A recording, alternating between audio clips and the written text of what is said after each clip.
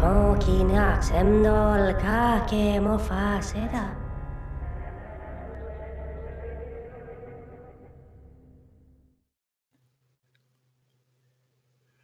Welcome to Talking in Stations, a podcast about EVE Online. I am your host, Matterall. We have a big show for you today, and it's really going to be about moon mining and high-sec war-decs and all kinds of other stuff. It's huge, and we have CCP Fozzie with us today. Hey, everyone. Glad to be here. We have Ashterothi. Greetings, fellow Empyreans. Dinkle. Hello, all. Elise Randolph. Hey, how's it going?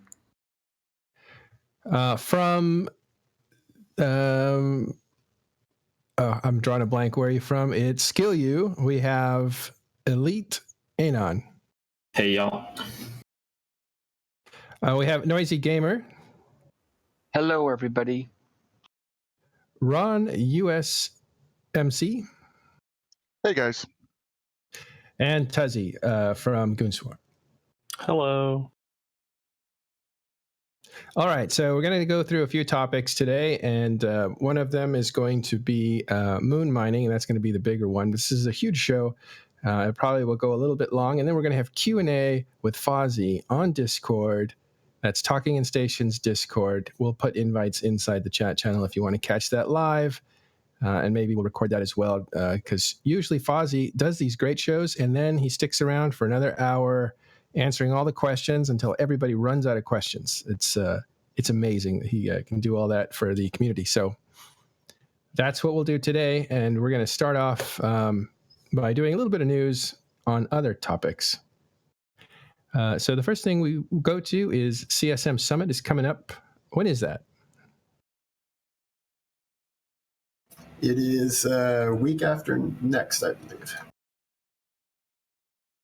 All right. And I think they said some of their agenda points were going to be ship balance. And when is it not ship balance?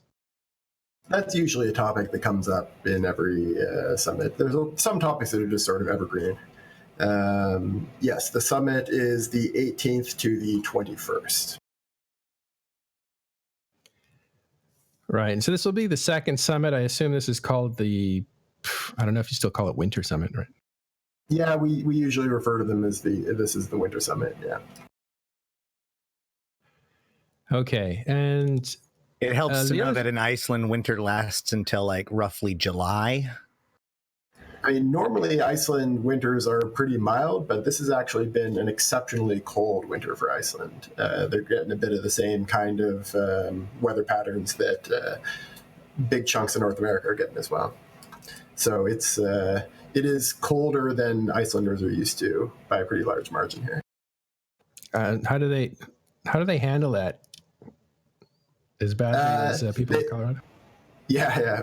They bundle up a lot. It's actually been cold enough that normally heating is no problem here. It's all geothermal, steam powered. People are usually not very careful about insulation. They'll often have the heat up and their window open to sort of regulate the heat because it's so cheap with all the geothermal. But it's actually been so cold that they're not able to keep up with the steam. So the heating has actually started to get a little bit less effective, and they're asking people to start to be more careful with their use of the steam heat. Wow. So have to descend deeper into the Earth's core. Yeah, I think the the geothermal plants have a limit of how much energy they can generate at a time, and we're starting to get towards the edge of it. So that's pretty unusual for Iceland. Oh, wow. Okay. Well, hopefully the CSM doesn't freeze over, but have a good meeting with them in a couple of weeks, and we'll see what comes out of it in the notes. Don't forget to talk about faction warfare. So another thing we want to talk about is the new launcher that just came out recently. We're putting together a tutorial. It's in the can, but needs to be edited. We'll put that out on Talking in Stations, showing you how to use it, how to use groups, how to use profiles. What do you guys think of the new, and this goes for everybody, any comments on the new launcher? I kind of liked it. It's got the wide screen, so it takes up more of the screen. It's not as cluttered looking, I don't think, because before everything had to be smashed together. There shouldn't be any excuses for people who want to, saying that I missed this in the patch notes, because it should come up. I mean, you see on the screen right now what it looks like. For me, I actually get to see 4 articles, not 3, because mine is a little bit wider. And I think you can expand it as much as you want, even across screens. So, I personally like it. And if you are missing the time on the clock, there's a beta setting in there that you can set. Yes, the time on the clock is coming to everyone soon. It's in the beta version of the launcher right now and will be moved over to the full version as soon as the next update comes out. Is this something you're going to be iterating on? Will there be update after update on this thing, or once the time gets in there, it's going to pretty much stabilize? I do expect there will be a bunch of updates. Most of them will be transparent behind the scenes. Updates come pretty quickly with the launcher. A lot of behind the scenes stuff. We have a couple of engineers who work on the launcher primarily, and they've been already releasing a couple of updates since we've put the new version out. I've actually been using that new version for a while because it's been available in the beta launcher for several weeks now, it's getting pretty constant updates. Actually, we just did an entire episode talking about, or not an entire episode, but that was one of the topics that we talked about on High Drag. And overall, we actually really like the launcher. The 2 things I'd like to say about it: one, the ads that a lot of people are complaining about are actually mostly like useful information for you. So if you define ads as things, updates to EVE Online, then I don't know how to help you, man, because like one of the biggest problems that CCP has is getting people to know what it is that's happening. And so having these things up and in your face with pretty pictures is a huge step in the right direction, in my opinion. That being said, the only concern that I have is that it'd be really nice if those things had like expiration dates, so that way if an article that's past its prime is still like one of the last 6, it doesn't appear. I would also like to see if you could slip in like other things besides just the news feed, like for instance articles from the fiction portal to help people draw people into those kinds of aspects of the game. But otherwise, I think that it's a really good improvement. Yesterday when Matterall and I were looking at this, I only had one question. What's the difference in the test servers? So in what way? Like, what's the difference between all the different test servers that are showing up? Is that what you're asking? Yeah, there was Singularity, there was Duality, and then there was Thunderdome. Yep, so I can explain some of those. Singularity is our primary test server, the primary publicly available one. Duality is our secondary publicly available one. We don't actually use it very often. It's mainly used if we have something that we're testing on Singularity, but we want to test something else on another test server simultaneously, and maybe those 2 are from different branches. It's not too unusual for different teams within the company to work in sandbox branches, and sometimes integrating those would be too much effort. You want to get testing out right away. And so if we want to run 2 sandboxes out to the public at the same time, we'll use Duality for the other one. The Thunderdome server is one that's kind of controlled by the community department for events, usually tournaments, player-run events, or practicing for CCP-run tournaments, things like that. It's kind of general purpose, but focused towards that sort of activity. And then we have a number of internal ones as well. You may have heard people referring to servers like Chaos before. Chaos is one of the internal test servers that's not normally available to the public. And there's actually quite a few other ones as well that we use. Why do we sometimes hear that something's leaked out of Chaos? Like, do you guys get hacked or something? No. So chaos leaks don't really happen anymore, but when they did, it was because even though you weren't able to download or you weren't able to log into the server, we actually had our patching system open to the public. That was so that it could be used easily by some of our third-party contractors. We've got some QA folks that work at a separate company that work with us, and we wanted to make it easy for them to download it. What we've done since maybe about a year ago now is we moved chaos behind authentication to start downloading the patches. So when you saw things get leaked from chaos, it was people reverse engineering stuff from the patches themselves. Okay, good. So that's a thing of the past. Yeah. So what you'll hear about now on things like the Hobo Leaks sites is stuff that's come out onto Singularity generally. That's usually the point when it becomes visible to the public now. I actually really prefer that because back when chaos leaks were like more common, it was a really good way to just like start chasing your tail about something that wasn't even going to be a thing. Yeah, chaos ran what we call mainline, so it was a very fundamental branch of our code base that had a lot of stuff in it that might never get released. Things would often end up in mainline long before they go out or in a form that's not ready. And people would see that, and yeah, they'd often get led down a bunch of wild goose chases. Also, because we just like trolling people, we would occasionally put things into the chaos files just to screw with the people watching them. I have one question related to goose chases with regards to the content that gets sent over to the, what is it, Serenity is, I guess, the Chinese server? Does anything these days that shows up on CC, and I think you guys have stated this recently, so I may be wrong, but there's content that's being tested for the Chinese server that's ending up on CC and could potentially show up on Hobo Leaks, but isn't necessarily destined for Tranquility. Yes. So our Chinese server and our worldwide server, Serenity and TQ, Tranquility, respectively, those actually use all the same code base. To keep things simple and keep things able to be updated really quickly over there, we actually run exactly the same set of data across both servers. There are some things that are then disabled on one server or the other. So it's always been the case that there's been some things that have been exclusive to Serenity that have shown up on the TQ files, mostly skins in the past. But there's been more things over the past year as we've been working with a new Chinese partner to make sure that we meet all the requirements of the government there. There's been some whole features actually that have been set up just for that server that are disabled on TQ. So people have seen text files and such connected to that. And we put out that news report just to let people know that that was going to be happening so they didn't get too freaked out by it and didn't again go down a bunch of wild goose chases. Yeah, and we've definitely been seeing more of those, more things that are clearly going to Serenity because they don't match kind of Tranquility's ideas. All right. So the launcher, I think it's a thumbs up all around. There have been some noises about too many commercials. I don't get it, but I think those commercials are great. They're flavor. And again, the Mac client is up to date, just like the Windows client is, which is really cool to see. So nice to see that Macs are not left behind yet.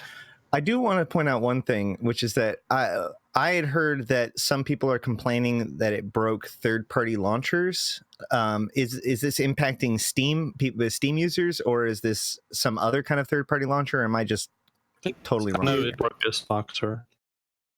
Yeah, it shouldn't affect Steam users because when you launch through Steam, you actually use the same launcher as somebody launching directly from their desktop.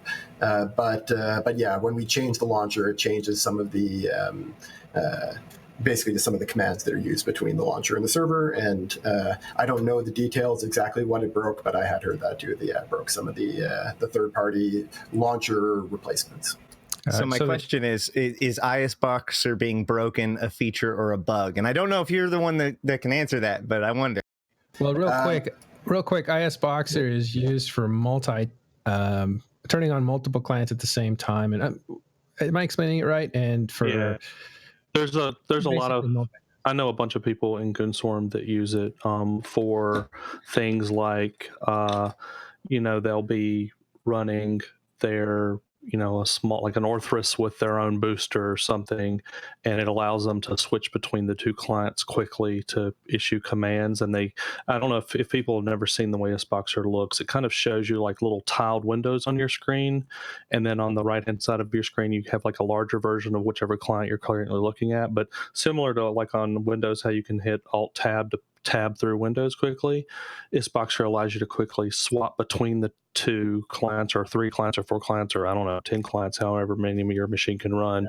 And you can kind of see little thumbnail windows of each.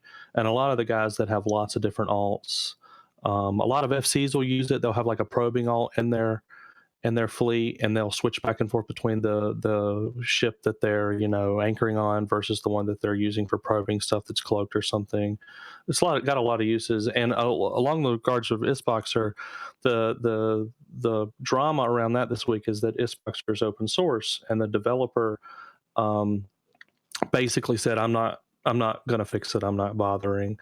And so a bunch of other developers had to kind of get into the repository and roll up their sleeves and make some fixes. And I understand, as of in the last day or so, there's some Band-Aid hacks that like they flap together like a messy solution that gets it working again. So it's not optimal, and I think there's other developers getting in there fixing it properly. But there are some it's not totally broken right now. It's back to working again. It was down for like 48 hours ago, though, or after the patch came out for a day or so, and there was a lot of gnashing of teeth of I can't play the game because I rely on this. Was that just for Eve, or was that for everything? I think it was just for Eve, because when Xbox relied on whatever mechanism they used to launch the game as to however the current Eve launcher works. So when that changed, it broke. But it wasn't, again, I don't think it was a major, it's not like Xboxer is dead now. It's just like a quick fix they need to do to get it. So one of the big that was my understanding as well. It's not something we broke on purpose, but it's a third-party tool that we don't support. So we basically don't test our changes with it. And you shouldn't have to. That's not, you guys have got enough to deal with that have to worry about every change you make of every single third-party tool out there breaking. So the thing is, and the reason it was kind of a tongue-in-cheek joke by Ashterothi is it's also used probably for botting. And so CCP breaking it was kind of a wink at like, attacking the botting problems. So a lot of people will use the term botting generically. I don't think Xboxer is used for botting so much as there is a feature of Xboxer that allows you to issue the same command across a bunch of different clients, and that's something that's specifically banned in the EULA, as known as input broadcasting. Well, there are some bots that are based on the ISBoxer engine. Okay. So basically, and for like ISBoxer, they would have a problem because the botters would want to use that engine but not pay the license to ISBoxer, that the company that makes it. And so there would be hacks to try to get around paying that fee. So the software was used. It's just that, and also it was also used for launching multiple bots at the same time. So, yeah, I know of certain in the past of certain people that like, maybe they'll have 50 or 60 alts that they use to log in every system in a region to like massively cloak a camp, and they'll rely on the launcher to be able to, launch all those 60 clients with a single click instead of having to go through and click them one by one every single day when they log them in after downtime to like log their cloakers in to cloak. Yeah, and the funny thing is, back in the day, reading bot forums with them complaining about ISBoxer not updating for Eve. That was hilarious back in the day. All right. So rather than teach CCP Fozzie how to bot, I actually have one final question about the launcher, which is that when the launcher was first being talked about as being the new launcher coming out, it was brought up in the context, I believe, of the new release of the 64-bit client. So I know that there's been a lot of buzz about the 64-bit client. I know that the chat, the audio was a part of that, and then it's going to be rolled back. But I was told that that was not going to prevent the 64-bit client.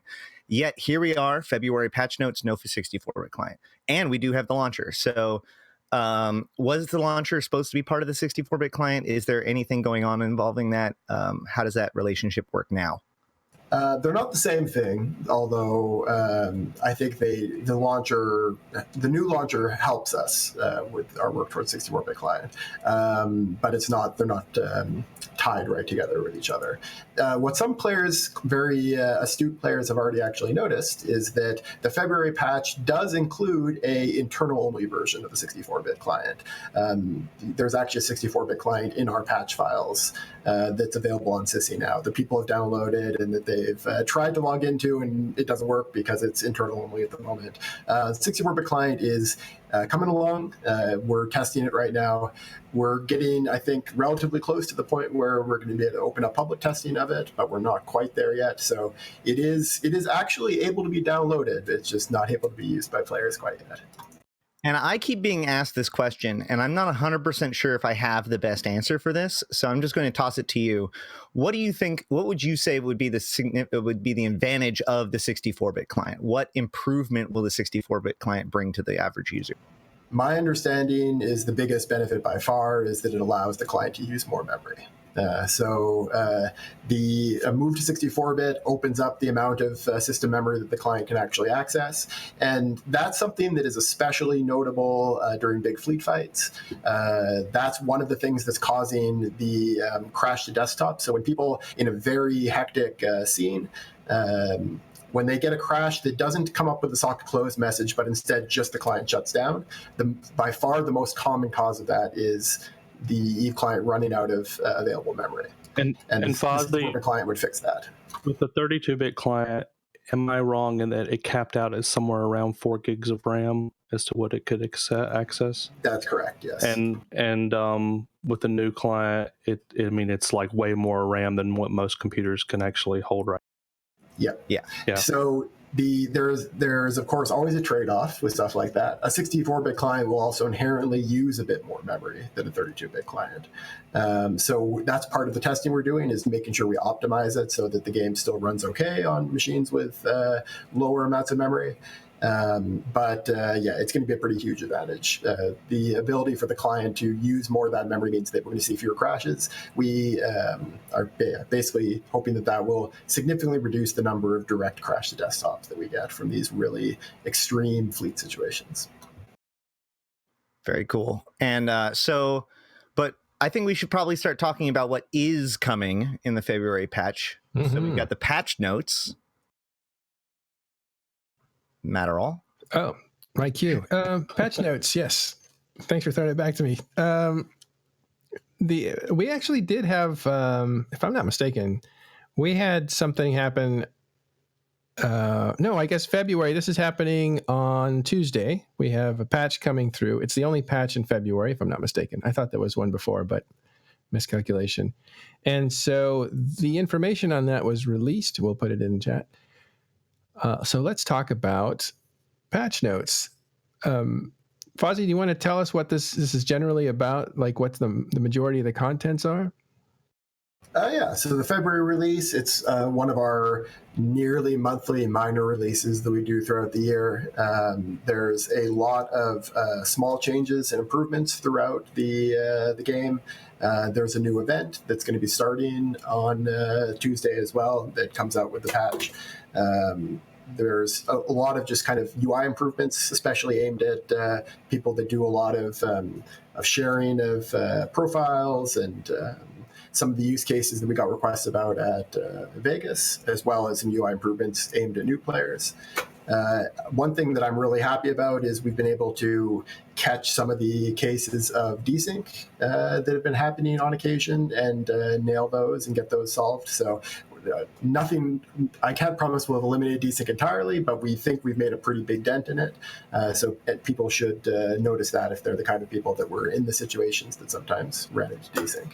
Not with the February patch, but with the most recent patch, whomever it was that fixed the ability for station managers.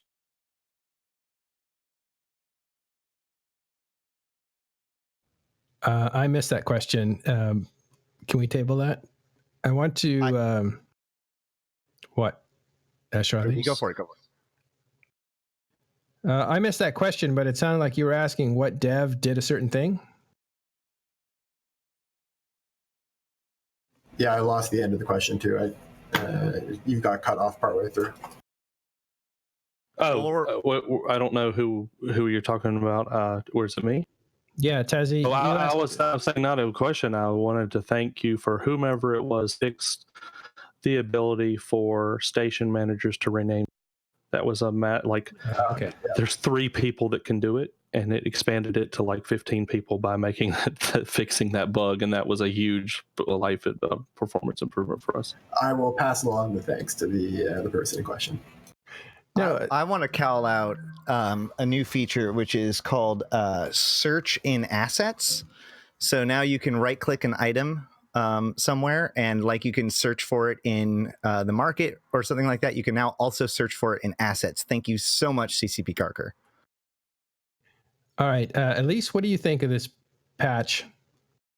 So I get excited about the little things every single patch because they're all these tiny quality of life changes that I didn't know I needed, but then once they come in, I can't live without. So the little things changes are all like really nifty. Ashterothi was just talking about one of them. You can you can find the exact phrase when you type in personal assets now. So instead of doing everything, like if you tried to find a crow, it would look for everything that had a micro warp drive in it in its name. So now you can do exact on that, which is perfect.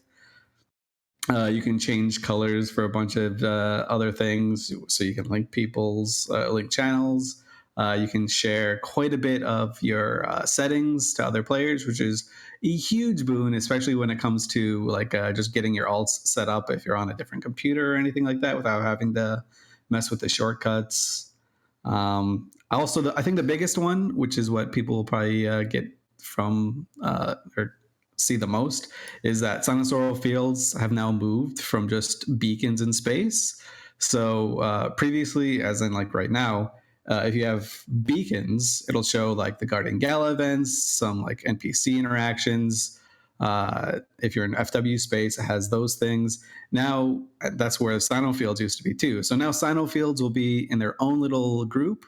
So you can just hide everything and just see when you see that little triangle, danger is coming. That's going to be the biggest one for everyone, I think. I have wait a second. The biggest one, most amazing change Dinkle. is that when you do a courier contract, it will now show you the total volume of what you're currying, which is going to make everyone's world so much better. It's the best thing of the whole patch. I have to +1 on that, Dunk. That's also, +1. Yeah, that's great. I make other people moving for me, so I've never had to deal with that. Related to Lisa's point for the Sino, or Elise or Fozzie, one of you were talking about the Sino. I think I heard some developers say previously, and maybe it was you, Fozzie, that the reason that when you're deploying one of these new navigational structures, either the stargates or the beacons, and how you cannot drop it within 1,000 kilometers of a celestial object, and how it treated lit Sinos on the field as a celestial object, and that was related to the fact that Sinos were in the same category as celestial objects. Will making this overview change allow you guys to then move Sinos off to something that doesn't block the navigation structures from going down? This won't have an effect on that. It's not actually changed the inventory group of the item. It's changing the it's changing the inventory group, but within the same category. Gotcha. So yeah, the practical effect will be that it's in a different group. Yeah, it doesn't matter so much now, but at least when we were deploying the new gate network, we have this one guy that runs Sinos on a ton of citadels, and he keeps them lit. Like, he logs in at downtime every day and lights them, and keeps them running 24/7 all throughout Delve, so you can literally jump to 0 on a ton of different structures. And those are all the important structures that we want the beacons and gates on. And we couldn't deploy the beacons and gates on those structures because of his lit Sinos. And to make it even more fun, the guy's doing the work. We're in US time zone, and this guy's in Australia. And so we're having to wait for him to wake up to turn his Sinos off, to put the beacons down to the... It was a mess. Well, we ended up doing those, but some of them are orcas and dreadnoughts and stuff, so that it's not easy for a small game to come through and blow up his Sinos.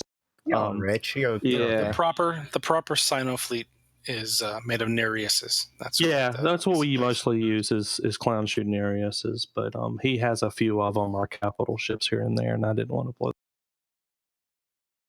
They're mostly all done now, though. It would make great kill mills, and there'd be Reddit posts. Well, we did blow up a couple of them and just contract him back the capital ship and say sorry. I think these, in general, there's a few things that really make veteran players really happy, and that is fixing their pain points, which a lot of these, the little things are. They're little pain points for experienced players, as you can hear. You can hear us describing. These are pain points that are being taken away, and so we really love that kind of stuff. And it looks like this Fiore patch has a lot of those kinds of fixes. So it's very popular, wrestled with things over the years. And I'm with Elise, by the way, on the exact match is, I think, really good. There's a lot of inventory control. Yep, that's great. For newer players, there's drag and drops, so you can just grab the item you're talking about, drag it into your. Well, I guess you can drag it into multiple areas and let it go, and it will stick with a link so people can see what you're talking about, and those kinds of things. And for some of us older players, the larger fonts that are going to be available, I wear bifocals. That's going to help me a little bit. Yeah, that'll be great too. I have all my clients jacked up to the massive size 0.13 font. I love that as the Eve population gets older and ages, one of the responses is to make the fonts bigger. Well, actually, this has always been something that has bothered me because, like, I like to shrink down my UI to be as minimal as possible. But since everything was relational, that would also shrink down all the text. So I wasn't able to do that very much. So this might actually let me play with that. Elise, I was thinking the same thing. You know, if we could just have reading glasses with the Eve logo on them, I think that'd be fantastic at the next FanFest. Yeah, Eve skews fairly old among video games, so yeah, we should lean into that with some of our marketing. You should have some, so definitely like Eve rocking chairs and blankets for your lap. But joke aside, these patches just show that you're, it's the TLC for Eve. You know, the attention that goes into the details. You're clearly listening to what players want, and you actually pointed it out in the patch notes that these were some of the things that we'd asked for. So thanks for that. Okay. Yeah, big thanks to the people that are asking for stuff. Both on the there's a thread on the forums where you can ask for little things changes, and a lot of these changes in February were things that were requested by players that attended eVegas last year. I actually want to echo that. So there is a little things thread on the forums, and this thing has existed for a very long time. If you have a crazy random idea as you're playing, you're like, oh, wouldn't it be great if? The problem is that it's hard to capture all those ideas. So if you have that idea, take it to the forums, take it to the little things thing, and throw it up there. It may be good. It may not be good. It may be picked up right away. It may be implemented in a year and a half. But collecting together all of those little ideas of how to make Eve a little bit easier to use is extremely important. We actually recently set up a internal version on our CCP wiki for folks that don't work directly in Eve development to post their little things requests for when they're playing Eve and run into something they really would like to see changed. Basically in exactly the same format as the thread on the forums. And it's been very popular. It's been up for like a week and it's got maybe 40 suggestions so far. Yeah, that's cool. So talk to your CSM representative to take your issues to CCP or write in these posts because CCP reads them. And as you can see, this is a direct result of people participating in the system that helps evolve EVE Online. And like no other game, EVE is developed in parallel with the players. Like the players kind of shape what's going on, either by doing a bunch of bad behavior that needs to be fixed or by making suggestions on what would be a good thing to fix. But okay, yeah. So kudos on the February patch. That comes out this Tuesday. You'll see some improvements there. One thing that we didn't talk about, but it seems to be a very big deal, and I think it is too, is they're going to reorganize the menu. Like for a new player, it's the menu, but we call it the Neocom. And you're going to recategorize and group up a lot of things. It's going to be a fundamental change for people who have that muscle memory that is going away. Yeah, it's going to be a very big change for new players, and then a change for existing players as well. So for existing players, what you're going to just see is that the actual Neocom submenu, what you get when you click on the little E and the drop downs there, that's going to be reorganized and just set up in some new categories. Basically, the categories hadn't been re-looked at since we've added a lot of new items to the Neocom over the years. The other thing that existing players will note is that we swapped the positioning of the character portrait and the little E, so you'll have to get used to that. But then for new players, we've actually changed what appears on the Neocom by default, so on the actual sidebar itself. That's not going to change it for anybody who has a custom Neocom saved, so if you've adjusted anything, that'll all stay. But if you created a new account, you'll see actually a much smaller list of things on there, and then you can drag more stuff on. Again, it just came from the fact that over time, as we've added more and more features, we tend to put all the new features into that bar, and it just ends up getting too cluttered and filling up with things that don't necessarily need to be there for every player. Cool. So do we have any other comments on the launcher? You mean on the patch notes. Oh, All right. Well, I will say with the Neocom, there have been some consternation about the fact that things are being rearranged. But as Fozzie just said, you can still just pin the things that you want and rearrange the things below it. So it's not probably going to impact me at all. Yeah, I mean, my experience is that I tend to just put everything that I use often into the bar. So I only go to the drop-down menu every once in a while. And so I personally hadn't ever gotten any muscle memory of that because I only open it up on occasion. I know some people do, though, and so for them, it's going to be a bit of a change. But we hope that the benefit it provides, especially for new players, will be worth it. Yeah, how much do you balance realistically new player thinking, or basically thinking about new players versus thinking about old players? It depends. If it's something just where people will have to change the muscle memory a bit of get used to it again, then that's just a temporary challenge, and the benefits to new players will be permanent. And since we're generally aiming our changes at long term, we're not viewing EVE as a short term thing. We're viewing EVE as a very long term thing. We try to go for the changes that are going to be the most beneficial in the long run. If something is actually changing very useful functionality that old players use that maybe new players don't, then we try to preserve that when possible. So in this case, what we did was we made sure that it wouldn't change the saved sidebars for people, and then went in and made the best changes we could for new players for the defaults. Cool. And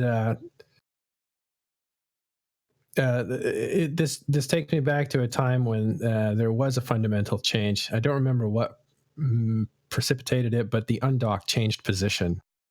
And I think the undock might be the thing that's used the most by players as they try to the undock button. Yeah, the undock button changed from the bottom left to the top right. Yeah, that took a lot of getting used to for me as well. Although honestly, if you were to change it back now, I'd be pretty angry because I think I'm used to the new location, and the new button comes with that, like the ability to click it again to pause the undock if you forget that you haven't loaded something or things like that. The functionality is actually so much better that it's hard to even kind of to remember what it was like with the old way. Yeah. Oh, I remember that. Yeah. And that was a big deal to be able to stop the undock before you actually get out there. That was a big deal. There was one interesting thing, and as you guys know of our recent high-sec adventures, I always kind of focus in on war-dec changes. And I saw that in the patch notes that, mutual wars without 90 days of PvP kills will go away. And I've just been so excited about all these war-dec changes that you guys have made, and can we say from the patch notes that you're starting to make or continuing to make small changes to the war-dec mechanism? So yeah, we are continuing to make changes. This particular one in February is basically a very minor cleanup task. The reason we're making this change specifically is that because there's no bills attached to them, and mutual wars don't require structures, and like now since December, the corps need to have structures in space for normal wars. But for mutual wars, we require a structure to start, but then we don't require you to have a structure after that because we figure a mutual war, we want to make it as easy as possible to continue. But that means that if people go inactive, then the mutual war just keeps going. And so like almost no mutual wars have closed over the past 16 years. They've just been the number's been getting bigger and bigger and bigger. And we've just decided we need to clean up that data a little bit.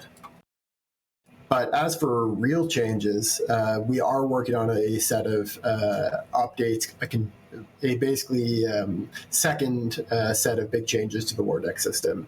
We talked a bit about that when we released the dev blog for the December changes. Those were just the first step, and that is continuing. We've been talking to CSM about it a bit. We're going to be talking to them some more at the summit coming up, and you should expect some more communications about war-dec changes a little bit after the summit. I know I, for one, have been greatly appreciating the war-dec changes. We now live in I now live in a high-sec corp that's able to be public and reach out to people and talk on the forums and mention our name on podcasts without having to be worried about being war-decked out of existence. What sort of impact have you seen from the war-dec changes on your side of the house? Have you hit the goals that you want? It's a bit too early for us to be confident. What I can say is the numbers we've been seeing are cautiously optimistic, but it's still too early for us to know if they're not just noise, because these are numbers that go up and down a lot. So the biggest goal we had internally was to try to reduce the rate that war-decs were causing people to just leave the game, to go inactive for the week of the war-dec and then just get bored with Eve and quit. Fewer people in the game, no PvP on either side, so many wars just have no fighting at all. We wanted to try to make sure that we reduce that. And it looks like we might have made some progress, but it's too soon to know for sure. The numbers for activity of corporations during wars are up a little bit, but again, too soon to tell if it's just a blip. The number of percentage of players in player corps moving out of NPC corps into player corps is up a little bit, but again, I would need to see a couple more weeks of that data to be confident that it's not just a blip. And we've seen that even though the total number of wars reduced, the amount of PvP in high-sec from wars involving high-sec groups has not reduced. If you count all PvP in wars, then it's actually gone way up, the number of ships destroyed, but that's because of the null-sec folks fighting right now over perimeter. So we take those out of the equation and just look at war-decs between corps or alliances that do their primary activity in high-sec, that do most of their warps in high-sec, stuff like that. And among those folks, the amount of actual ship kills in war-decs is about steady compared to before December, which, considering that the total number of wars went down, it means the average amount of PvP per war has gone up, which we're happy with. That's a great way to like use the metrics, because I know a lot of the times if like someone would just say, oh, well, that's because the metrics are showing this because of perimeter, and you guys like take into account all these little factors to make sure the metrics are actually very useful pieces of data. That's pretty cool. A lot of that just comes down to refining. If not Ferox, then record. Yeah, exactly. The earliest version of that metric that we made internally just showed total number of PvP kills for groups that were at war with each other, and that was going way up. But we need to get a refined version of this metric because that's being skewed pretty heavily. I'm actually going to drag us totally off topic for a second and ask Fozzie if he wants to give any feedback about the perimeter fights that have been going on right now. It's a pretty newsworthy thing. I mean, it's great to see. We're always interested in hearing how people are enjoying it and if there's any ways we can improve the experience for them. This is obviously, these kind of fights are situations where our like server performance gets stressed a bit, so we're always working on improving that. But yeah, generally, the idea that people would fight over high-sec trading stations was part of the goal of putting markets into upwell structures a couple of years ago. Real quick, I know that a lot of people have questions in chat. We're going to have a Q&A after the show, jump into TIS Public, and Fozzie will stick around and answer some questions, and we'll go ahead and record that as well. So sorry I can't answer all your questions, get all your questions in front of Fozzie and the group on the show, but you can ask your own question after the show. Thanks. Okay. So war-dec changes. This is the 30,000 foot question: is did a lot of gankers quit? Well, if you're a suicide ganker, then this change didn't affect you. So I don't expect very many of them will have quit because of this change. But for people that were involved in like professional war-dec corps, people doing a lot of war-decking, it's possible some of them quit. I'm definitely not going to say that nobody did, but I mean, we didn't see some kind of massive change. And the amount of retention, it's too early to say if it's affected retention from people who are just starting the game. Yeah, it's too early to say right now. Like I said, the numbers are very tentatively looking good. You know, and one of the things, you know, I can't resist is being the white knight for the new players and for, you know, their first 3 months in the game. And, you know, being able to protect them, like your defense is just not having a structure. And now no one can war-dec you and you're fine. I just think that just morale-wise is just such a great improvement. You know, it'd be interesting to see if there are any kind of players that, you know, within the first 6 months, they, you know, were war-decked and they left, but now, you know, they're not even going to have that. They can just join a player corp and, you know, and have their fun. I think it's a wonderful thing.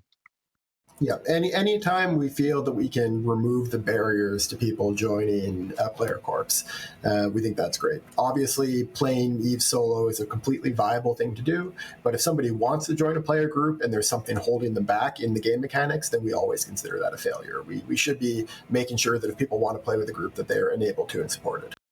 The other thing I really like about it is that it encourages you to seek allies as an organization in high-sec, which is very common in things like null-sec with coalitions and alliances and all that kind of stuff. But so like our organization, we want to be protected from war-dec, so we can't own structures. So what we do is we have FedUp, the larger FedUp, you know, family, owns the structures, so they're protecting it and it's their stuff. So that way we can operate in high-sec. And what that does is it creates a natural bond between our organizations that simply did not exist before. We've tried that several times where there'd be like a high-sec organization that's like a sister corporation to our organization. But ultimately what ends up happening is that like usually the high-sec corporation eventually gets war-decked, and then you just tell them, oh yeah, by the way, the best way to deal with a war-dec is to not fight it. And then the high-sec group feels like you're not supporting them and you know, whatever, and it creates all sorts of consternation. This creates a very clear symbiotic relationship between two different organizations, a newer organization that's trying to get their footing and a more established organization that's acting as a sponsor.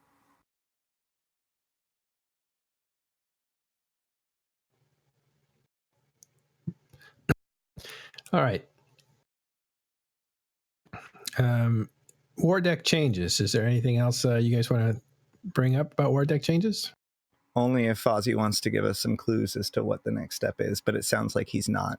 No. At the moment, we're still in the internal planning and talking to the CSM stage. There'll be more information about that. Like I said, a little bit after the summit. We're always very interested in hearing people's experiences with the December changes, what you like about it, what you don't like about it. So let us know, pass it along to CSM folks, and they can pass it along to us, or use any of the other methods like the forums or Twitter or whatever you want. We're really interested in hearing what players are experiencing. I think it's pretty logical that before a CSM summit, you're not going to see any big announcements or even timeline announcements, because you are going to run this by the player representatives, get their feedback on it, and then you'll see announcements after that. It just seems logical. And that's why this February patch seems like a lot of stuff that's already it's already kind of been approved by the player base as things that they want. That just makes a lot of sense to me. And sort of our interactions with war-decs, because, ISK is on the line. It's not about loyalty or it's ISK, and people will do whatever they can to make that ISK in HiSec. We've had a lot of kind of weird gaming of the mechanics and this and that, and we've been submitting bug reports, and I have to tell you, man, you guys have been on Johnny on the spot with those bug reports, instantly kind of active defect, blah, blah. I mean, it's been, we found that to be a great avenue to be able to vent our stuff about war decks, because no one else will listen. We in the always nullsec. we always appreciate bug reports, especially bug reports that have things like the client logs, if it's a client bug, that have detailed explanations. And yes, your guys' bug reports about war-decs and the other, just basically the whole set of bug reports connected to the perimeter war-dec stuff. There's a bunch of these bugs that have been, some that are new in December, but most that have been around since like the 2012 changes, that just haven't really come up until this perimeter fighting. And yes, we're looking and working on a bunch of those right now. I hear 25 little police officers in the background all cheering from Perimeter Police Department. Yeah, we really appreciate the creativity of you guys finding out all the edge cases that you can take advantage of, and then letting us know about them. By the way, Feroxes, are they going to get nerfed? That was a question that came out of chat. Quite possibly. I'm that's more of a question for CCP Rise right now. I'm primarily working on war-decs and structure stuff at the moment. How tough is this? You don't have to say what it is, but how tough is it to crack this war-dec nut? War-decs are a very interesting project. They're one of those projects where there's always more you could do. You could spend 5 years working on a war-dec system and still feel like it's not as complete as you want it to be. And so a lot of it comes down to figuring out what is a good use of time, what kind of changes are going to give you the best bang for the buck, and what is all the different goals you can be working towards, because there's a bunch of different use cases for a system like war-decs. So yeah, I'd say it's a tough challenge, but it's a fun challenge. It's the fun kind of project to work on, and this is the kind of stuff that I really like to work on, is multiplayer systems where you never know exactly what the outcome's going to be. Go ahead, Ash. So we just talked about balancing the Ferox, but I got a question, which is, does CCP have a dedicated balance team still, or have they developed a dedicated balance team, or is it really just does it float around? There's a couple people that will work on balance every once in a while, but there is a team that has the primary responsibility for balance. It's not the only thing they do, but yes, we have a team that is the primary home of balance at the moment, and that's we call them Team Size Matters. It's the representative you usually see for that team is CCP Rise, their game designer. Right. Okay. So that wraps up kind of like the news sections, a nice summary of some of the stuff that's happened as far as CCP goes. This next section, we want to talk about moon distribution. And I want to set this up by reminding people that a few months ago, is it a few months now, or has it been a year, Fozzie? It's been over a year. You're talking about when we changed moon mining. Yeah. That was Lifeblood in late 2017. October 2017, yeah. All right, this is the sound of facepalm, because it's been a while, doesn't it? Yeah, it feels to me like it's even longer than that. It feels like it was 5 years ago to me. Really? Yeah. Well, I guess so. If I think in terms of new structures that were able to moon mine, it feels like a long time ago. If I think of moon redistribution of minerals, I just lost track of that, since it's kind of something that's unseen, which is what's neat about this topic. It's very difficult to get information on what actually changed, because it's all secret information that people hold very close to their vest. So we'll get into talking about that in just a minute with some people who do surveying of moon minerals for a living inside of Eve, of course. But yeah, so over a year ago, there was a change that essentially shook up the map on what was inside of the moons as far as minerals go that you could mine out. And for a long time, moons were considered a prized possession because one moon gave you one type of mineral. Or sometimes it gave you two, right? You would sometimes have one. Please let the moon people talk about this matter. I'm doing the overview so that You're doing it. Well, okay. All right, Continue. go ahead, Dunk. You do it. Awesome. Well, we moved from a moon goo system in which a very small crew would put a POS up on a moon and mine it for very special materials and then have to react it, and it was a very tightly controlled system. And then in the rebuild, using Athenors, there was a completely new moon mining system, which changed that dramatically. It no longer could be a system where only a very small group of players ever touched this gameplay. And so now with Athenors and Tataras, you have a very wide array of ways different groups can do mining and can gather these materials and make money off of them. For the rest of you, is that an accurate summary?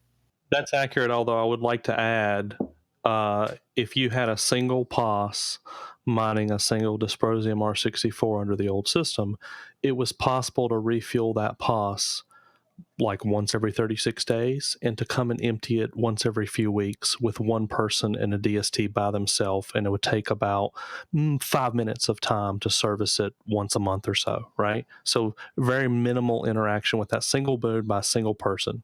Under the new system, when it fracks, minimum of 2 days, maximum of 4 days that the ore is in space, in which one or many people have to spend many man hours in space vulnerable with their ships to mine that rock.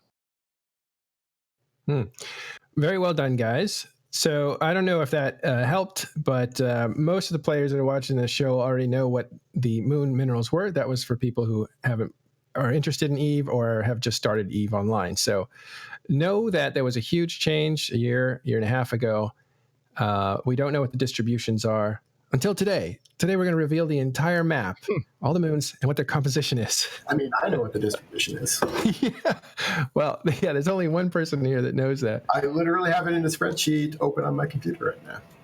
So there's also two other things that this moon mining change did, which is that it introduced moon mining to wormholes and HiSec, which introduced the ability for organizations to kind of have their own asteroid belts effectively.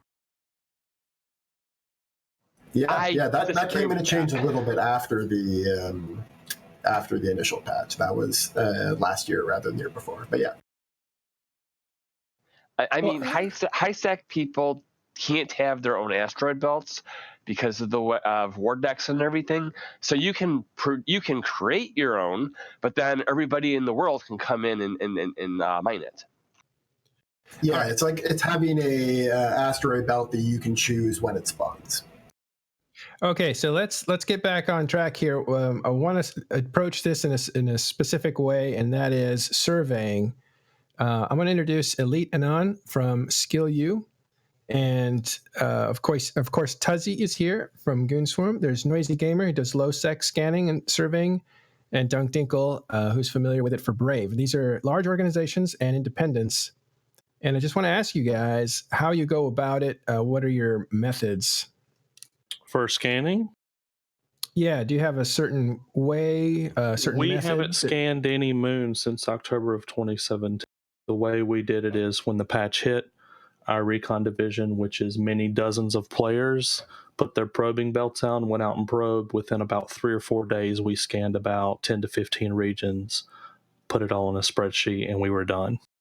And the 15 regions we did were basically all of the stuff that we own and all the stuff that border us, and some of the some particular regions owned by certain hostile entities that piqued our interest. Noizy? Yeah, I'm on the extreme other end, where I've gone ahead. I've scanned down all the low sec moons to Metropolis. I'm gonna start in High Matar just because I've moved my operations from Metropolis lowsec to Heimatar lowsec, and one of the things that you have to do, just out of self-defense, is scan down the moons to find out who may wind up putting stuff into those systems and know who you may have to deal with, because some systems have like crap moons and you don't have to worry about people coming in. Other ones will have like three R64s, and then those are kind of popular. I have a general curiosity about low-sec R64s. How many of them are actually mined? Just ancillarily, do you see some of them that you come across occasionally that don't even have refineries on them? Do they all have refineries, but they're being fought over? Are the people that mining them just using, procures, or they're actually putting rorquals on the field? I'm ignorant when it comes to a lot of the low-sec stuff going on because we don't really mess with it. I haven't really seen a lot of activity. There was one time where I watched Goons and Snuff hot drop a mining operation. I didn't see rorks. I just saw orcas and stuff. Then I lost my cheetah because I got greedy and tried to salvage when I shouldn't have.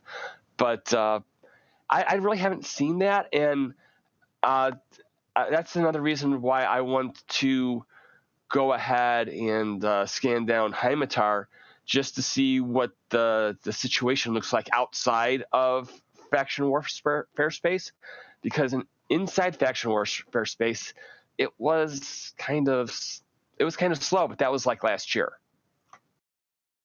I can outside of faction warfare space. I know even though Placid is low is near faction warfare space, and Iridia, I have seen quite a few people mining the R64s, and the tactic that they generally do, they don't throw rorquals out on the field very often, but they do have a bunch of Mackinaws or something. Yeah. So what they do is they just sit behind the asteroid and they line back towards the Athenor. And then if anyone comes on grid with them, they can just instantly warp to safety pretty much. And probably some of them, if they're cognizant about how they dropped the refinery to begin with, they place the refinery such that the static moon mining beacon on grid is within tether range, but with, far enough away that you can warp to it from. So you've always got a bookmark there to warp to. Yeah, exactly. So they actually are. I've caught one of them I've caught a few of them, but pretty much they're really hard to kill. But they do actually take out some barges. I haven't seen orcas or rorquals. Perhaps they do that, with like little scouts and stuff, because it can be quite profitable. Let me take this back to Ashterothi, and then I want to get Dunk and Elite in here to talk about their methods, and then I want to go to CCP Fozzie to talk about what the statistics are, if he can go into that. Go ahead, Ash. Yeah, so Fed Up, we scanned our moons really early, and we discovered an R64 moon right next to Fleet, which was pretty happy. We actually had 3 or 4 moons that were all pretty valuable. I think 2 of them were R64. But what we discovered was, in practice, it was extremely difficult to actually mine these moons because people know. Within a very short period of time, people know what's going on. And it isn't so much like necessarily always being hot dropped, but it's just that constant harassment that low-sec is kind of known for, of like somebody just coming in, checking out what's going on, seeing some barges and coming and messing with you. That ends up being the bigger problem. I know that very quickly we even gave up on using orcas because they were just not agile enough, and moved on to porpoises because that was still, the R64 moon was so valuable that it was worth using less efficient materials in order to mine it. Ultimately, we were not able to defend it, and the issue was, it was difficult to convince people to have the will to actually go and do it because of the increased danger. However, those who actually did reported having more fun because the threat from the outside caused them to stay alert, to talk to each other, to remain as a cohesive group, and they ended up having more fun, even though they admitted the fact that it was more challenging, more stressful, and so they didn't want to do it in a long-term way. After you lost the structure and, maybe lost some ships trying to mine it and all, did you guys still come out ahead? Like, did you still gain more ISK at the end of the day from what you mined than the effort of and the cost of the ships and the structure and everything you put into it? I have no idea. Okay. I'll be honest with you. Like my philosophy with that kind of thing is to increase the amount of things that my players have to do. So that wasn't even do we have the budget for it? Yes. Then let's do it. It wasn't a profitability thing. I know that on, I'm going to speak in general terms, like a quote unquote good moon that is a R64. And sometimes you get R64 moons that have 2 R64 goo types on them. Sometimes it's just 1. Sometimes it'll be like an R64 and a 16 and a 32. But I want to say ballpark in between 10 billion ISK on the low end, upwards of, say, 30 billion ISK or more on the high end, with some actually a bit more than that. And of course, that number fluctuates depending upon what the market is doing at any given time. Like if you go back to the spring of 2018, when a lot of the Moongoo market was being heavily manipulated and Moongoo prices were through the roof, some of these belts were upwards of 50 billion ISK, and that's before they jackpotted with the blue explosion fracs, which we get quite a bit of those too, at which point I think the value doubles. So you could get very, very lucky if the proper moon jackpots, but if you've got a few people mining that, and you split 20 billion S, 25 billion S 3 or 4 ways, that's a big chunk of change for people, individuals. Mm-hmm. Okay, we'll come back to the mining. I want to go right back to where we were, since we have different types of organizations that are surveying what's out there. And so we'll go next to Elite Anon. If you could tell us like how you actually approached surveying. Hey, so basically I'm pretty much tasked to do my own thing with what I do in my alliance. It's my own project, my own kind of fruition kind of initiative. My goal basically for a lot of this kind of stuff is just to figure out the assets that people have in terms of what they're operating, how they're doing, maybe get timers on moons and when they're going to come out, all that kind of stuff. Mostly, especially when, say, with the drone lands, conquest, doing that, finding out what's there. Even it's mostly just being in space at that point, seeing where passes are, where Athenors, etc. I have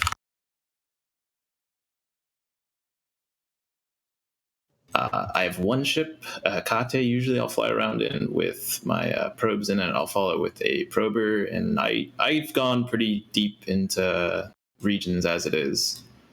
And I think at this point I've scanned the entirety of the drone regions, Dedroid, Innsmother, anywhere really the Alliance has been, and offensively attacked even. I should have a majority of scans for the regions. Wow, that's a lot of space. And you're a one-man show? Yes. Wow, that's amazing. Drone regions is how many regions? I think 5 altogether. I think when we initially did it, though, for the areas that we offer currently, we had a team of, I want to say 4 or 5 people doing it just to get it out of the way to start. And then after that, it kind of just spiraled out for me. So. Oh, that's amazing. That's a huge amount of dedication.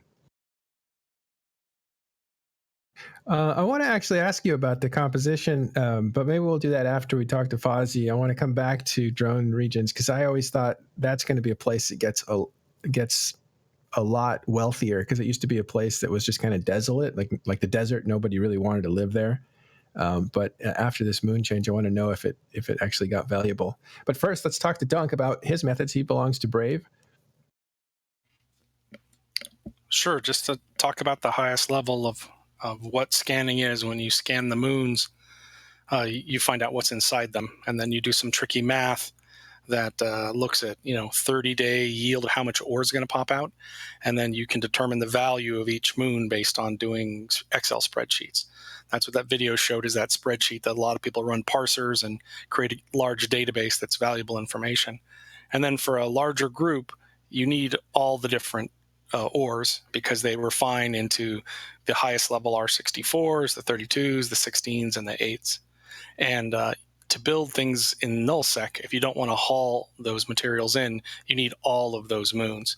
And so you have to find the balance between which are the high value moons that we're going to make ISK off of, but also do we have enough moons that we're mining to get all the raw materials we need to build things and create all the T2 components that are needed in nullsec without hauling everything in from JITA. Does that make sense so far? Mm-hmm. And then once you've determined widely, like in this region of space or this constellation of space, this is where we want to put our mining systems, you have to either place Athanor or a Tatara on the moon and load it with a moon drill. And then there's a scheduling system in which you can determine the shorter the cycle is, the less ore you get. And there's a bunch of rigs and other things that determine how much ore pops out, how stable is it, how long does it last. And then in different groups, everyone does it differently. Then there's a mining exercise when the drill goes off, and then all that ore is gathered. Now, one of the design criteria was the ore is very large in comparison to pretty much everything else in EVE, which makes it very difficult to haul that all the way to JITA. It doesn't compress. So since you can't haul it to JITA, you have to refine it locally for the most part, which creates its own logistical issues and prevents JITA from becoming everything gets hauled out and then everything gets hauled in. So it's a very different process in the past in which groups can be self-sufficient in T2 materials. So, of course, as I've said, so Go if ahead. I set a drill to drill for 2 weeks, will it be twice as much as 1 week, or will it be more than twice as much? Same amount. I mean, it's a linear progression.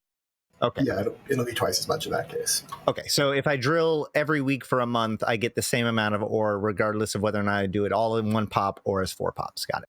Right. Yeah, the idea is that you can choose how long you want to go between the actual mining events, how vulnerable you want each mining event to be, in that, like how much you would lose if somebody came and killed you, and compare that to the amount of effort it takes to get people together to do the mining events. A lot of our we do a lot of private moon rentals here in Denver, and a lot of our private miners will rent out 8 moons and then set them to max fracs about a week apart, and then put T2 stability rigs on it.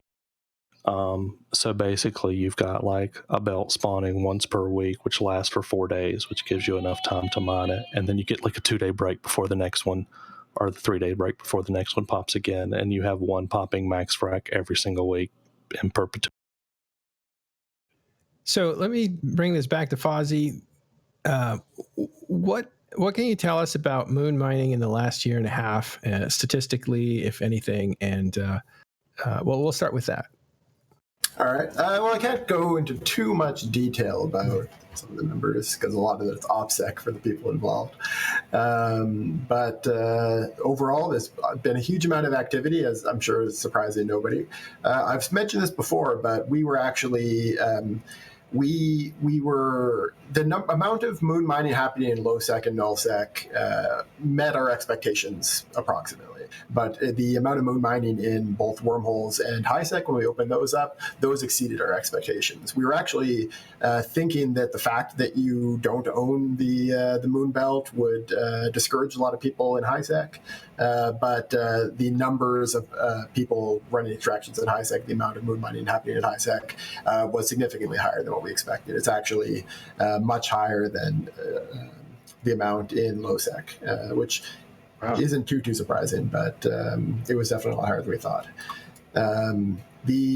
When it comes to the durations of people's extraction events, the most popular is the max duration ones, but it's actually, there's a pretty good distribution. There's a pretty decent spread of people across all sorts of lengths of extractions, which is what we were hoping for. We didn't want to push people into one direction, give them a lot of freedom if possible. That's good news. Yeah. One other metric that we cared a lot about coming in, we wanted to see more total PvP happening due to the changes. So we created a metric that compared all ship deaths due to PvP within the same grid. It wasn't actually the full grids. It was like 500 kilometers, I think.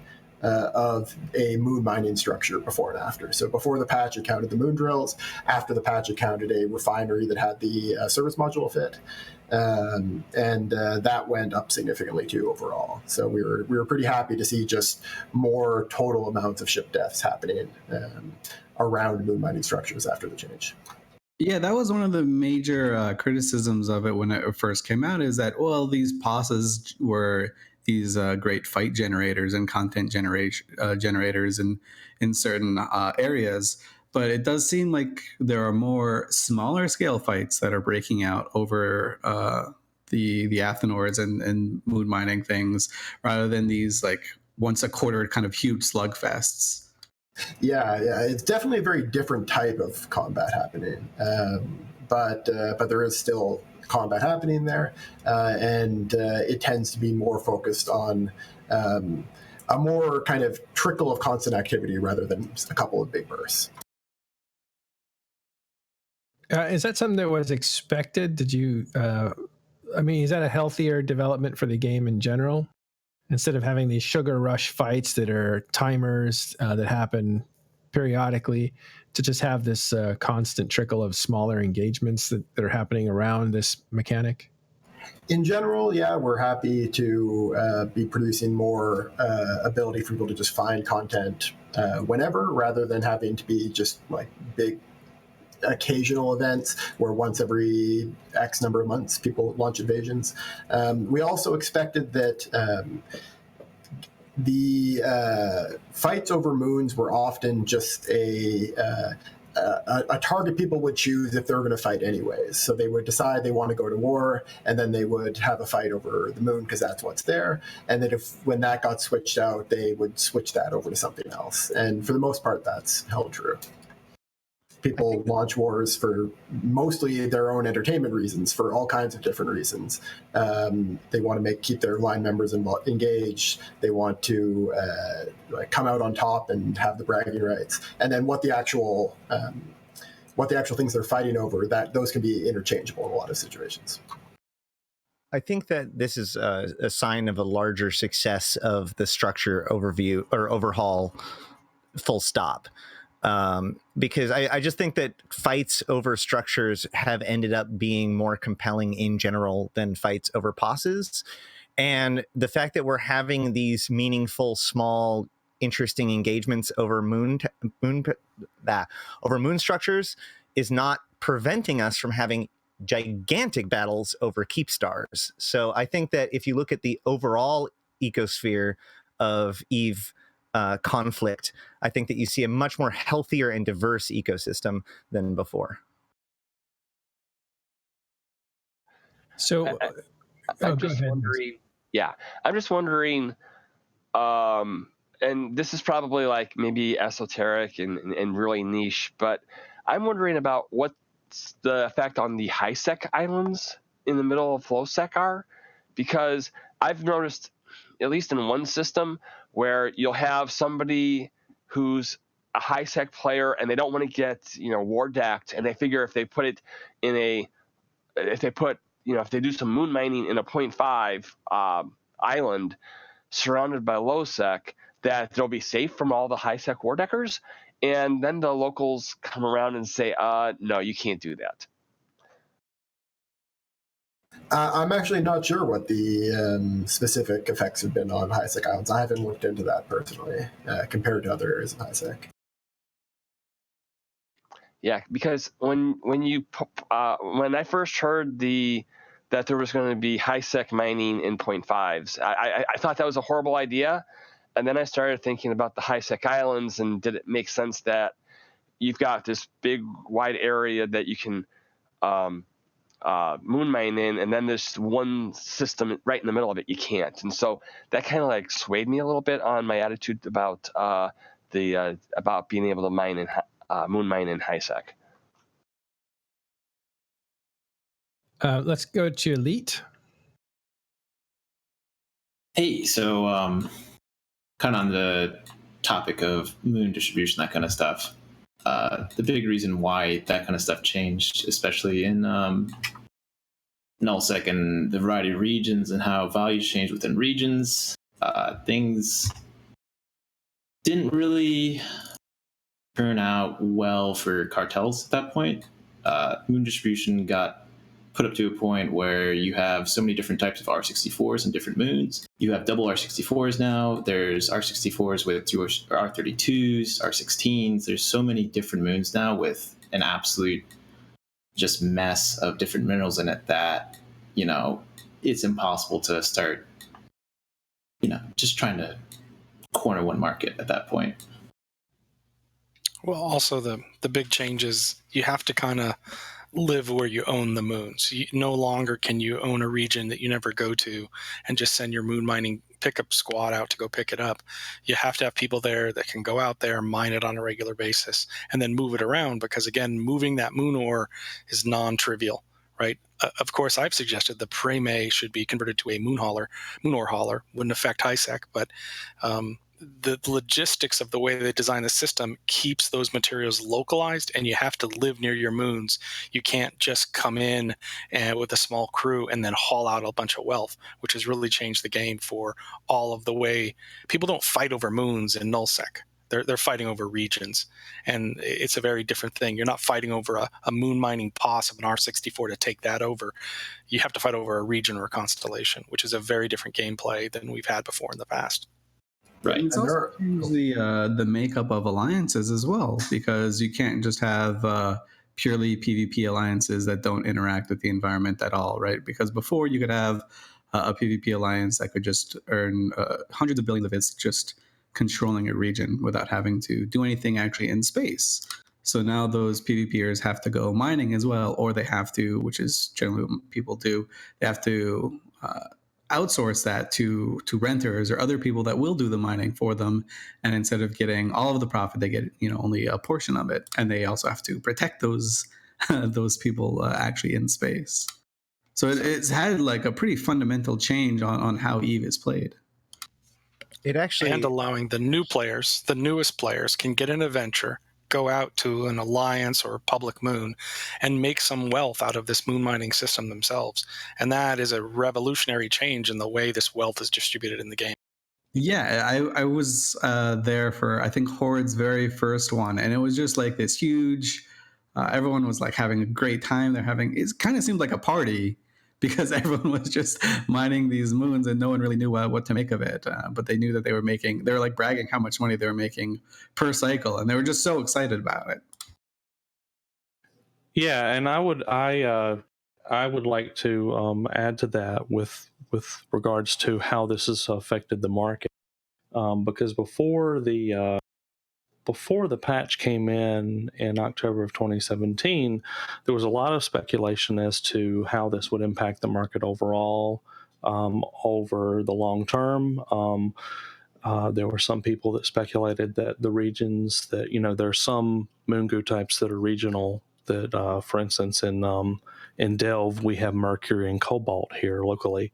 But you can't mine mercury or cobalt in, say, Declan or Cobalt Edge. There's other different goo types that are local to those areas. And there was speculation that, maybe some areas where not a lot of people live, there would be shortages of those types making it to the market. There was speculation about how prices would go up, prices would go down, how the stockpiles were so large for a long amount of time that there would be no impact, and over time they would go up. And I think how it's impacted the market has been really interesting too. Go ahead, Elite. I'm going to swing back to what Dunk and Elise were kind of talking about this is kind of a niche case just for myself. I'm not sure if there's other people out there who operate moons the way I do. Back in the day, I ran R16 Empire, so it was kind of a personal project to see if I could kind of execute the same kind of system in the current meta of things. Basically, someone setting an elite crew to mine the moon is still very much possible, I'd say, the method I do at least. Since the structure changes with being able to remotely deposit cargo now, you're able to essentially, you can local mine an Athanor, just deposit the minerals right into the Athanor. And as long as you have a refining module, you can refine the ore there and just take all the good stuff anyway. So while having moons in, maybe a couple regions away, I can service them with a Rorqual because it has jump freighter range and it's much easier than people would anticipate. Yeah, absolutely. There's the great thing about the design of the system is it lets so many gameplay methods in place. We have people that have private moons, and they've scanned them down, and what they're after is not actually the moon goo materials, the traditional moon goo materials. They're after ores that have high levels of mexicalin, which is hugely important to anyone who builds larger things like capitals and supercapitals. So they're literally mining the moon not for the traditional moon goo materials. They're mining it for the traditional trit, mexicalin, pyrite, that kind of stuff. So there's so many different ways people use the moon mining and different goals they have for it that I think it's a great design. There's so many different ways people are using this moon mining. That's the same thing for us. We have like a pecking order that there are certain moons, the super valuable moons that the Alliance owns, and they're public fracks, and anyone's allowed to come mine them. So you just your average line member guys are mining all the Dispro and Neo and all that good stuff. And then there are other moons that are rentals, and some people got lucky and rented like an R64, or not a 64. There are no rental R64s, but like 16 moons, or a double 8 with a 16 or something. And then there's a ton of people that just to get around the whole colossal cycle timer patch that got put in last year, where colossal belts only cycle once every 5 hours, and then even then you're fighting amongst everyone else to not have all the good stuff cherry picked off the moon with nothing but like ochre and mechs or something, or not mechs, what is it, the M1 that you have to use the special lasers to mine. Mercoxic. Yeah, Mercoxic. If you for a long time you go through Delve and you just go belt after belt after belt, and all it was ochre and Mercoxic left where people left it behind. And so people started renting moons like, oh, this one over here has 20% gneiss. I don't care about anything else on the moon. I'm just going to fuel it and frack it for that 20% gneiss and then let the rest despawn. And so we have a lot of that going on, or Arcanor, or they're just going after the Spod, just for the because it's got mech centrid in it. I want to circle back on what Elise was saying about this being kind of a new phenomena. And while I agree that what this has largely done is made it so that mining is more respected by organizations, it actually reminds me of reading the old Empires of Eve book by Andrew Groen and thinking about like the earliest alliances in Eve Online. When I think it was Ascendant Frontier, which was a really powerful industrial organization, but had very little military capability, actually teamed up with pirates and other combat groups as a way of protecting themselves in order to form some of the very proto-alliances in EVE. So this demand of industrialists who need protection and combat people who need stuff is kind of synergy that has kind of held EVE together for a long time. And I think that we lost that for a period of time, and we're getting back to that now. Yeah, that dynamic is actually why the North existed way back in the day, with between Morsis Mihi and Razor and all those people. That entire just conglomeration of alliances happened because industrial people needed to make money and they needed protection from military people, and that the North is how that. I've been corrected to Locta Volterra, I think it is, right? I think that was the organization. No, the one you're thinking of is Ascendant Frontier. Oh, okay. Well, then there you go then. The guys who built the first Titan. Yeah, LV was much more military focused, although they did have a big industrial wing as well. They built a lot of outposts, but Ascendant Frontier and Zedek before them were the big industrial powerhouses that tried to focus on that first and foremost. I don't remember all the details, but if you want to learn more, the Empires of Eve podcast or book, either one, is amazing. Yeah, I second that. It's great. All right, Fozzie, is there something else you want to tell us about maybe the state of moons to this day, and if anything's going to change in the future? How are you looking at the system? As kind of like a settled business kind of thing, or? I mean, it's very possible we may change more things in the future. It's not something that's on our short-term roadmap, though, so I wouldn't expect major changes in the near future. Now, I think when it came out, I had you on the show, and I was just I was such a fanboy about the thinking that went behind moon mining and the changes. It was so epic and spectacular, and you can see some of the video that's been run on the show. It's beautiful. Like that is, I think, is one of the best changes that's come to EVE in a long, long time. I know people will say it killed LoSec, whatever. Yeah, I don't know whatever your problem is with gameplay, but that's not. If you look at it from a fan perspective, it's an amazing achievement, paralleled by maybe only the Abyssal sites. The art team did, knock it out of the park. That's a really great aspect of them. Yeah, of the moon mining or Abyssal? Yeah, of the moon mining and the Abyss, but in both cases, really, really great visuals. Yeah. Maybe that's why they're in charge now, because it seems like the art guys are now in charge of EVE Online. Along with you, of course, Fozzie, because it seems like you seem to be in the center of a lot of things. I don't know if it's because you're a great spokesman or you can handle the crowd, because it obviously gets a lot of heat, when people change the game that people are invested in. But you're definitely out front on a lot of these major changes. Mostly it just comes, the folks who are more comfortable talking in these kind of formats just end up being the ones that people see the most. I like to credit his playing career for making him such a great poster. You say that, Fozzie, but you have made it a matter of principle to always go after whatever the most controversial thing is in EVE at any given time, all the way back to Technetium. Someone's got to do it. You're like a Teflon dev, huh? Everything just kind of slides off you. Listen, I don't want to get too far into it. I think it's great. I just wanted to convey that, not from me, but from everybody on our crew and staff. And then obviously, the fans that watch the show. Some of these changes are just jaw-dropping and inventive for a 15-year-old game. I think I was just watching something. I go through a lot of stuff that doesn't hit our EVE. I just go through the internet looking for material, and I pulled up this thing that was somebody that was watch me a reaction video. I guess that's a thing. You watch a YouTube thing and you watch a trailer or something, and then you're sitting there live reacting to it, whether it's a song or a trailer. And somebody was doing that to the latest EVE trailer that came out.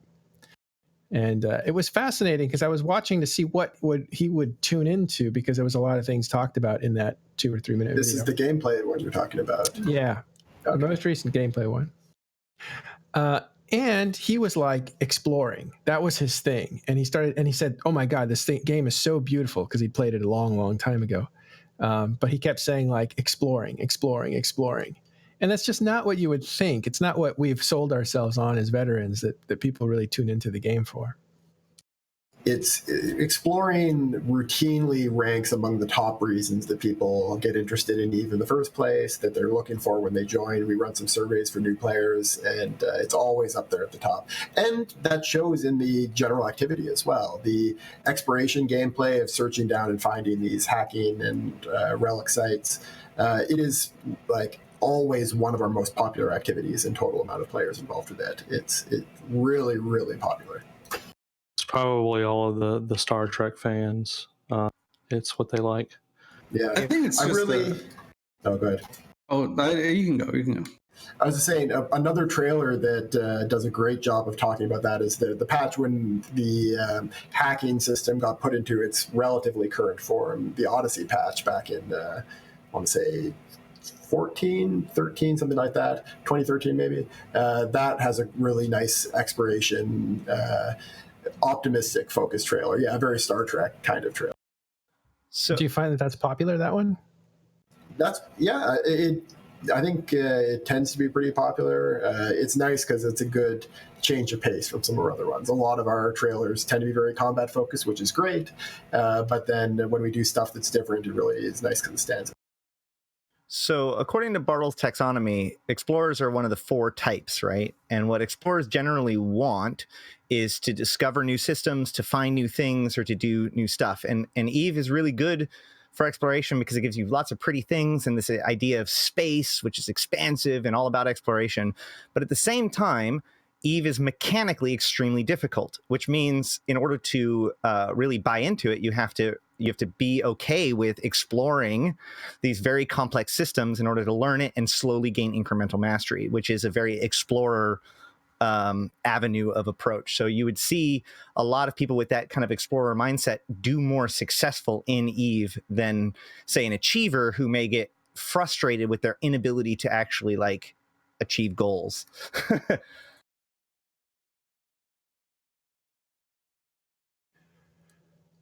Well, okay, so moon mining, was there anything else, Elite, that you wanted to talk about, your methods or what you've scanned down or anything like that? I guess any questions for anyone?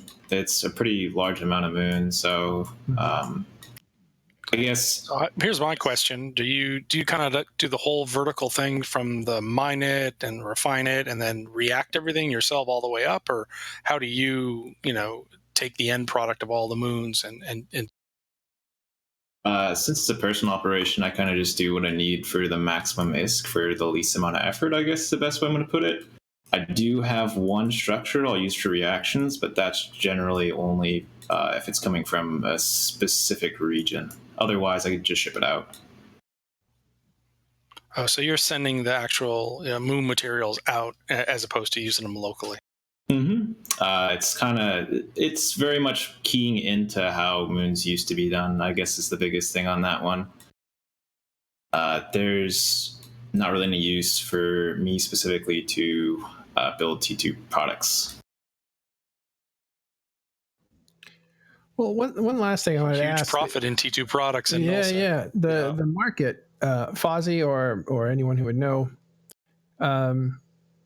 have we seen any major manipulation of the T2 market because of moon materials and the shortages or surpluses? Is this outside of what Aerith claims to be doing? Yeah, it's not being manipulated. People talk about it, but it's not happening.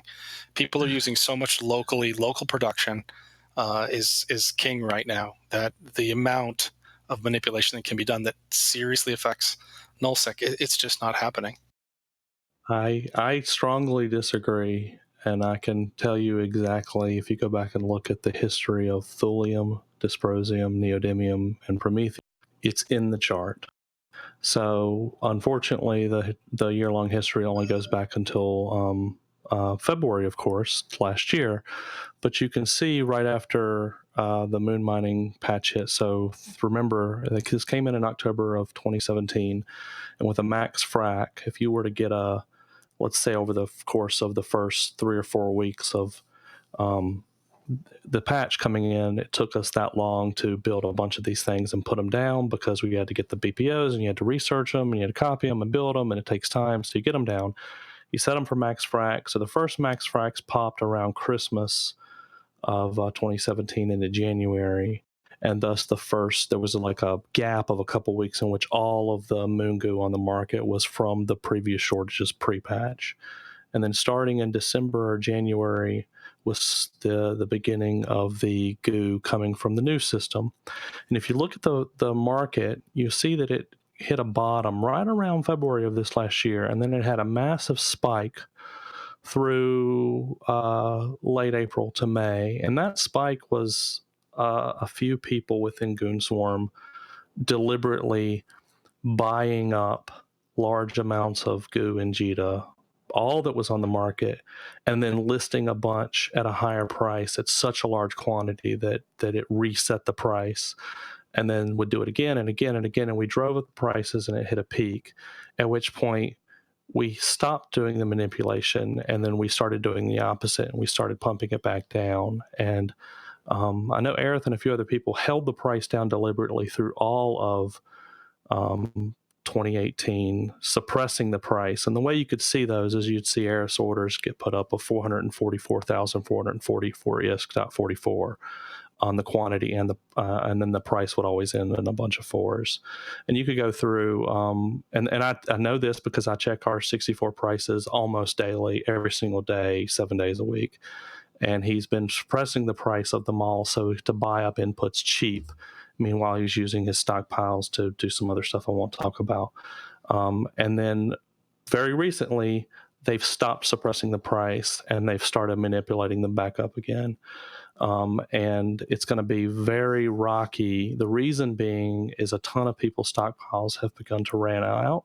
So there were just a massive stockpiles. I'm talking tens of trillions of ISK of goo that were built up pre-patch that floated the market for most of all of 2018. And a lot of those stockpiles are running, if not running dry, are running very low, so much so that we're going to be at the mercy of what is, yes, Dink is right.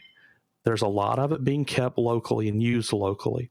But the people like Elite that ship theirs to JITA, the JITA market is going to be at the mercy of those people shipping it to JITA for whatever the demand is. And in certain types of goos, in which are just mined less because there's less people that live in those regions, and certain types of R64s that are not as rare, are more rare. I really think that in 2019, starting in the next couple of weeks, and you've already seen it with certain R64s, neodymium and dysprosium in the last couple of weeks. But over the next couple of weeks, you're going to see them become very volatile. And then within a couple of months, I think you're going to see prices go through the roof. I could see some of them going up to 150K, if not 200K a piece. I think by Christmas of this year, the T2 market will be a night and day difference over what it is now. Well, I hear what you're saying, and we will see in the future what's really going on. But like this exact argument, this exact story of the storehouses are going to be used up and the market is going to be turmoil and T2 is going to go skyrocket. A year ago, that's what they said was going to happen a year ago, and it didn't happen. It did not happen. The reason it didn't, and I was just going to say the reason it didn't is the stockpiles were way bigger than what we thought. Right. Again, we'll see in the future what it turns out to be, but I'm not a believer, and I think there's other people out there, not a believer that there's these massive stockpiles that we're eventually going to wear out. That I think people are building locally, that the doctrines are what drive the prices of the T2 base materials. That when you build a lot of these, you need a lot of one specific kind of mineral, and the prices go up because of that.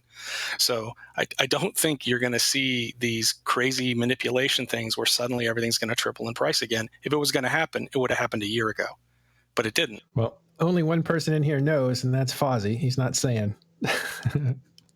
Yeah, no comment.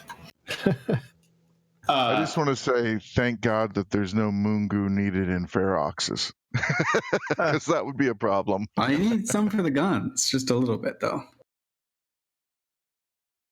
All right.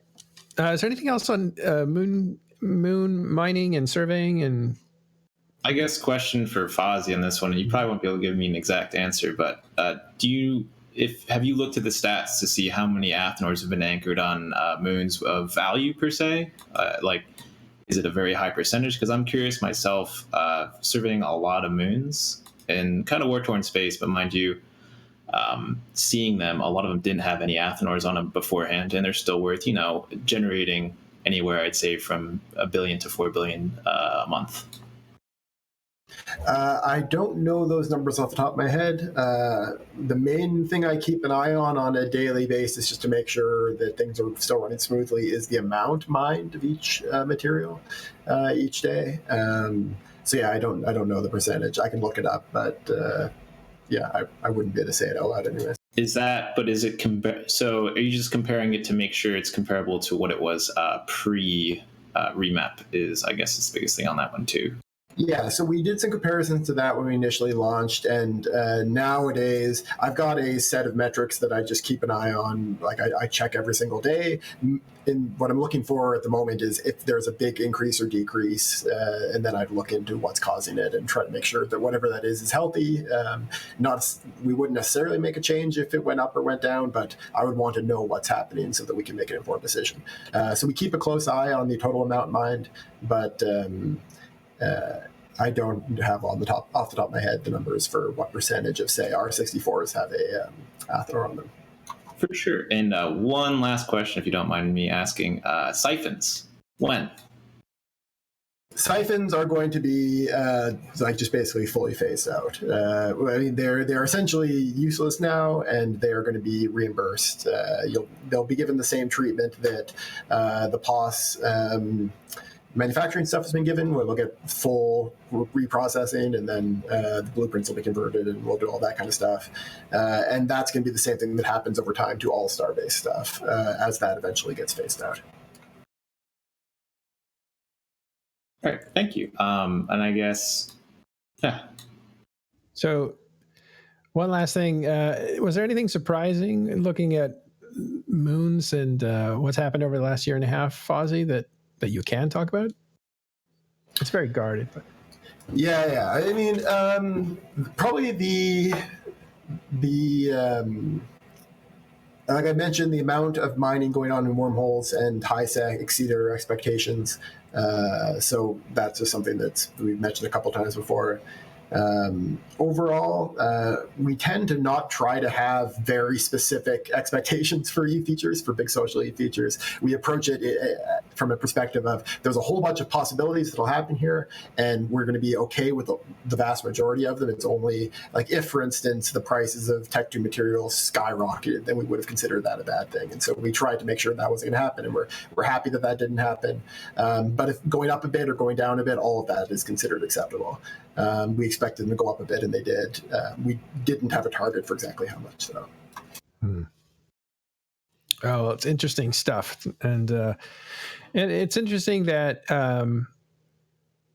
it's just not something that's discussed that often. So we wanted to hit it. This was actually a requested topic, and so we wanted to try to do it. We'll probably should give it its own show so that we can dig into how it's done, what people's production methods are, and all that kind of stuff. And maybe we'll do that in a tutorial type show that we do sometime in the future.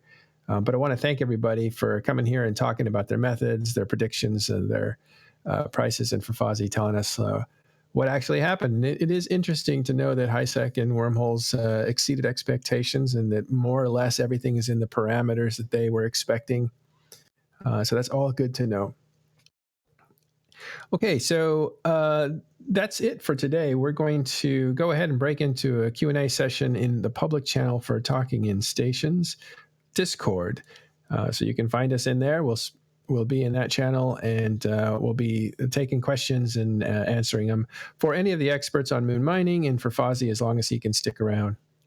Okay, I want to thank Ashterothi and Fozzie and Dunk and Elise and Elite, Noizy, Ron, and Tuzzy. This is a huge show and a little bit rambly, but I think a lot of really cool information got out there.